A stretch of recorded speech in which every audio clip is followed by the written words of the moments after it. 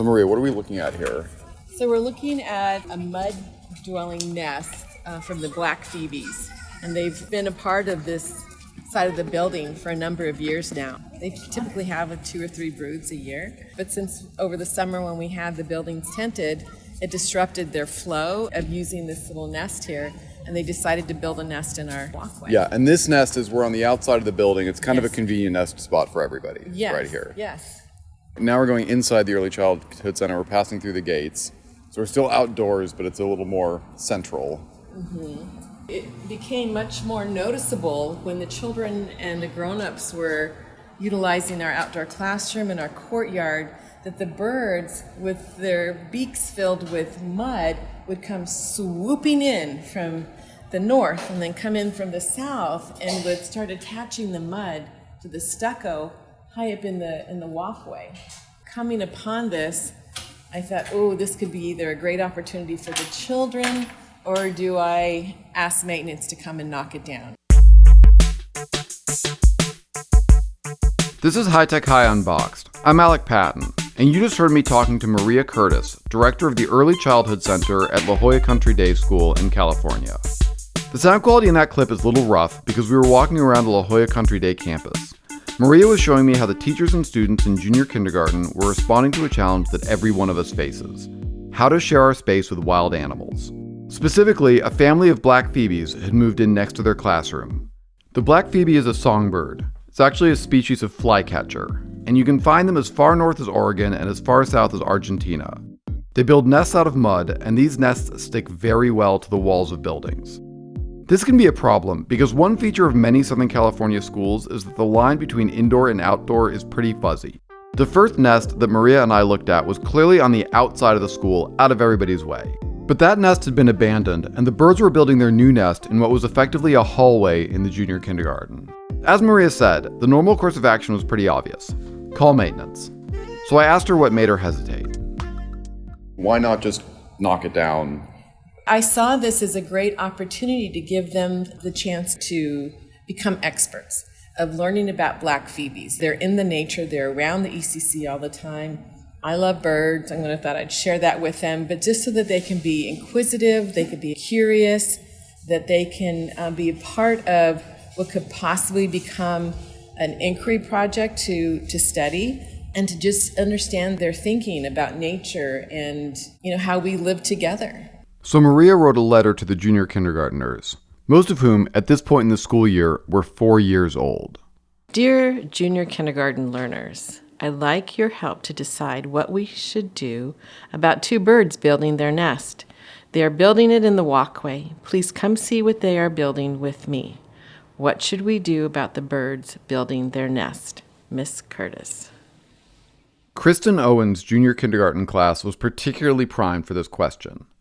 I interviewed Kristin and Maria together to hear the rest of the story. And I want to note 2 things before we continue. First, the ECC is across the street from a fire station, and something was clearly going on while we were doing this interview, so you'll hear a bunch of sirens at a couple points. Second, there are a few spots where kids are mentioned by name. We edited those so the names are unintelligible. Here's Kristin. We actually, in our classroom, had just finished an art project where we had made some clay birds that went along with a story that we were doing, and we were trying to find a way to display them in the room, and just so happened to put them in the window underneath where the bird was making the nest.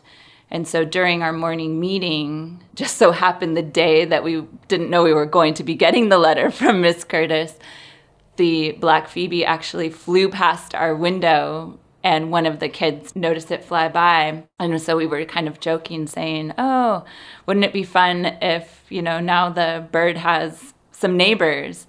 And then we were wondering, one of the kids was wondering why the bird was out there. Someone had seen the bird before, so we, of course, had to go outside and see what was happening. And that kind of led to, oh, the bird is on the wall making the nest. And so then the letter came to us later that day, which then progressed into us then returning the letter and discussing what we wanted to do with the bird. How did you go about deciding your response as a class? I read Miss Curtis's letter to the group, And then they immediately had all kinds of responses as to what we should do. So we wrote them all down and then compiled them into a letter for Miss Curtis. And can you read your letter? Sure. Dear Miss Curtis, we received your letter and unanimously voted to keep the nest. Listed below are our reasons why. Mr. Messon said, I think we should leave it because then we would have a pet. And if they have babies, then we will have more pets like our fish. And we made clay birds that will be their neighbors. Another child said, because they are good for the earth and because every animal does something good for the earth. So I said, leave them because they should be able to live. And then multiple children gave the answer, leave them because then they won't have a place to live. And then they will have to make a new home and take their babies away. We were really wanted to see those babies. We decided we want to learn more about the birds and asked Mr. Eaton, who is our school librarian, if he had any books about the black phoebe birds, but the library didn't really have anything. We were wondering if you could help us find out some more information. Thank you. Best, ECC 5. All right. So the stage is set now. What happened next? After I received the responses, I invited the children to come out into the walkway, and they, not only did I have their responses written, I was able to hear their voices share their thoughts and their ideas, their deeper thinking, rather than just their being cute little kids, that they were able to say, no, that the birds deserve to live too. And they began that wonder of how does the nest get up there, and became more observant of the multiple times that the birds were flying in and out of the area. And so I joined them at Circle, and, I started to ask questions. Well, what should we do? We're going to keep the nest. Then how do we let people know that the nest is up there? Because knowing black phoebes, it's a mud nest. The area can become very muddy and dirty down below. And I said, well, when you see things that are being constructed, what do you notice? And they said, well, we see signs. And I said, okay, well, we'll need some signs. What do you think the sign should say? And they were, it's like birds, and there were arrows that we need to say to point to where the nest is and the bird's name. And so then I said, okay. And then what else should we have? They said, well, we need cones to cone off the area. And then somebody said, well, we need a bucket to collect things. And so they decided that they were going to create this area that was going to be sacred and informative to those who were coming by, that people who walked through would know that black phoebes were building their nest above. So we provided the materials out in the playground. They collected the cones. They went to get the buckets, and we had the paper and the markers. I had images of what a black phoebe looked like, and they started to do drawings from that one photo of the black phoebe, and they started to then want to displayed on the stucco wall. So we provided the little sticky tape, and they started to put it all underneath. And that went on for several days, where they were adding to it. And another class actually added some of their own drawings as well, because they were inspired. We saw that the children then, when their parents would either drop them off in the morning or pick them up in the afternoon, would grab them by their hand and come see. That excitement started to spread. So that was that piece of how they created this whole outdoor documentation of information that they had learned through their drawings, and asking us how to spell certain words of, don't take the buckets, don't take the cones, to protect. And what were you doing with the buckets? Why did you need buckets? It was collecting the fibers and the mud that was dropping down as the little birds would come in and attach it to the stucco. Right. Mm-hmm. And at some point you decided to write a book. We're still in the process. Still in the process. Mm-hmm. And that was in order so that the library can have a reference about black phoebes. Mm-hmm. Okay. And when I spoke to you last, you were talking about doing experiments about affixing clay to the wall.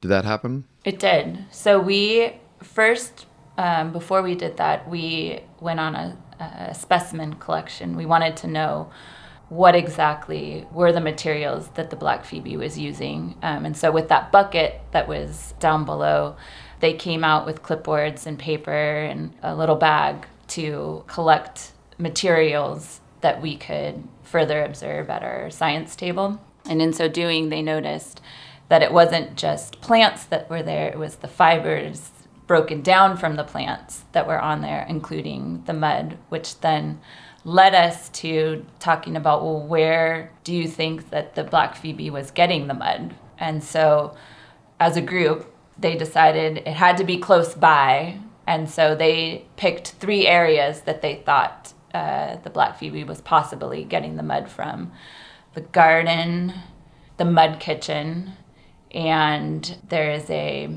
plant area on the playground by one of the walls that they did. So we broke the children up into 3 groups, and they collected mud from those different areas to see which one might possibly stick. But we did ask permission first from Miss Curtis, who gave us the all clear that we could section off an area on the stucco wall below where the black phoebe was making it, to see which mud would work better, how it would work.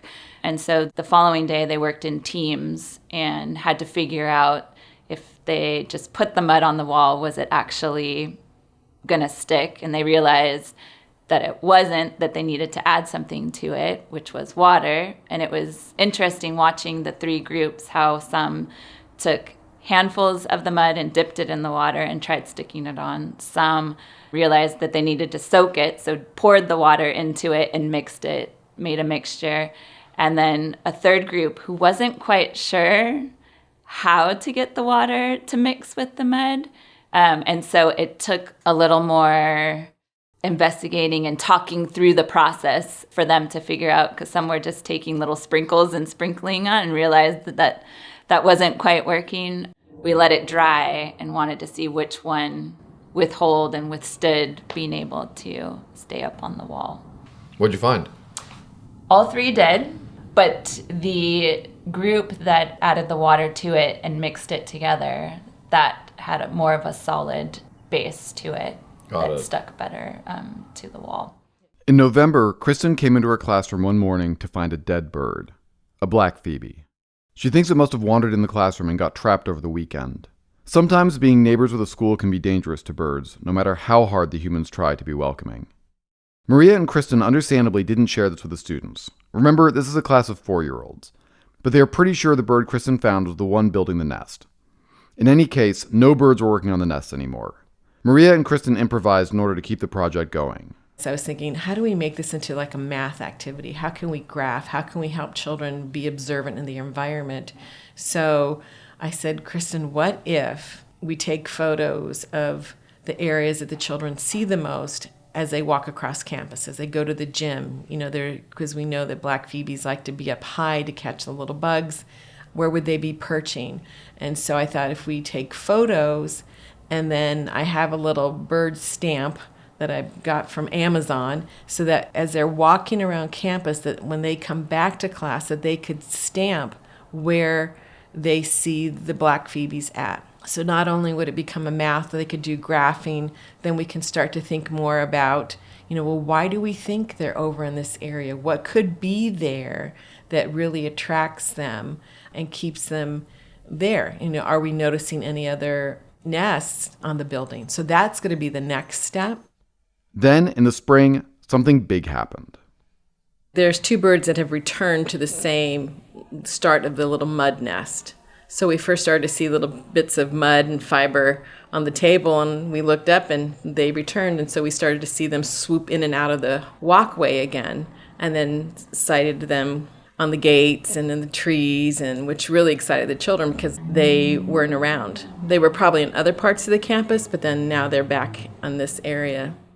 With all this renewed energy, Kristin reminded the class that at the start of the year, they had been planning to write a book for Mr. Eaton, the librarian, to add to the library. We threw out to the kids, hey, we had kind of talked about, all the things that we had learned and how Mr. Eaton didn't have any information. Do you think, we could make a book for Mr. Eaton?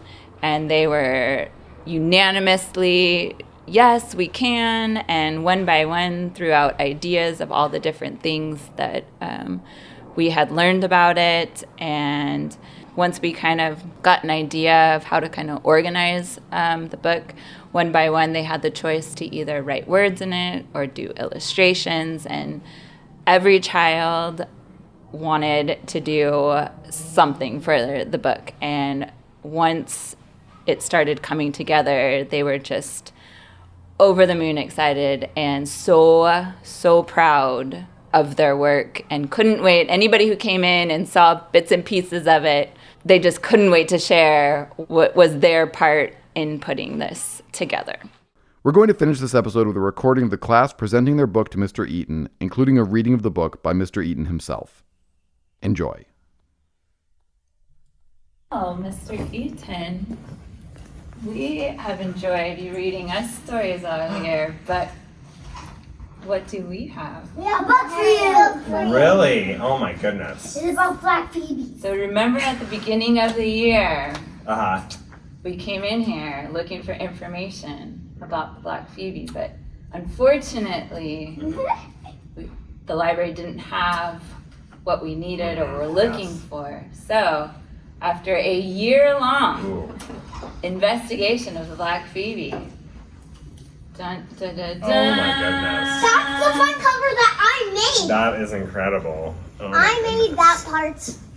I made the front cover. This is And then so the rest I cool. made from other people. 2 bucks. I Wow. made some parts and then other people made some other It's parts. got everyone's name on it. Yeah. Is it okay if I read this? Oh, yes, Can I read this? please. Have you guys heard this before? Yeah. Okay. Is it okay if I read it again? Yeah. This is called Black Phoebe in the ECC Hi. by J.K. Room 5. And it says, hi. Oh, this is great. I did that page. What does the Black Phoebe look like? It is black and some brown with a white tummy and yellowish feet. Fantastic. What does the Black Phoebe sound like? Ooh, it makes this sound? Oh yeah, you just Oh have my to goodness. scan the barcode. This is technologically advanced. Might need it from behind. Okay, hold on. Yeah, that's my page. That's my wall. That is not mine. See, now you can always listen to it. Oh, that's so cool. I love it. Now you can share it with other kids. I can't. Oh, I'm gonna show. I think I. And you even need a Might have to show this to code the- so your this Ellen's scanner class. can scan it. Ooh, what does the nest look like? We discovered it is made from mud and plant fibers. Is it still in the same spot? My page. Yeah. It now made it and also 2 holes. Love it. Yeah, I think one one. Ooh, I like these little letters. Where have we found the Black Phoebe? In the ECC hallway, I made that one. outside the ECC gate, the JK Hardin fence, near the JK playground. Oh, on top of the kindergarten building. I drew that. Mhm. I drew the 2 at the field. Wow. The one on the playground. At the field. Oh, facts we learned. It eats insects. I laid it with 6 eggs. Well, I hope it doesn't eat papilia. It can have 3 to 6 eggs that are white. Very cool. I wrote that. The end. That's incredible. You guys should all give yourselves a big round of applause. That is my equal applause, guys, as well. 'Cause this is incredible. Are you guys okay if I read this to other JK classes? Okay, cool. High Tech High Unboxed is hosted and edited by me, Alec Patton. Huge thanks to Maria Curtis, Kristin Owen, Rafa Eaton, and everybody in the ECC. And to the Black Phoebes, of course. You can find a link to photos from the project, including images from the book, in the show notes. Thanks for listening.